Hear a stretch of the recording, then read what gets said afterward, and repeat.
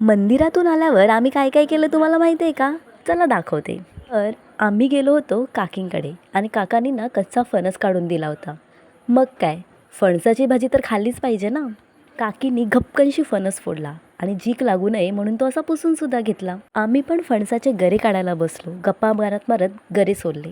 नंतर मग मम्मीनेच भाजी फोडणीला दिली अँड फायनली तयार झाली आमची फणसाची भाजी. मस्त पोटभर खाली, एकदम भारी वाटलं. आता संध्याकाळी काय करायचं असं ठरवत आम्ही निघाले करवंद काढण्यासाठी. आता गावी आल्यावर उन्हाळगी करणं तर मस्ट आहे ना. करवंद ठेवण्यासाठी असा हा मस्त पानांचा खोला करून घेतला आणि मग निघाले जंगलात वर डोंगराच्या दिशेने. तसं लहानपणी मे महिन्याच्या सुट्टीत आम्ही गावीच येऊन राहायचे, त्यामुळे गावातले आणि जंगलातले बरेचसे रस्ते पाटांतर होतेच. काट्याकुट्यांमध्ये घुसून का होईना मी करवंद काढत होते. 2-3 ठिकाणी काटे टोचले सुद्धा, पण करवंदाच्या नादात तिथे लक्षच गेलं नाही. आणि बघा तर मी केवढी सारी करवंद काढल्यात. आणि ही आहे आमची सगळी मंडळी. मी तर करवंदच खात होते.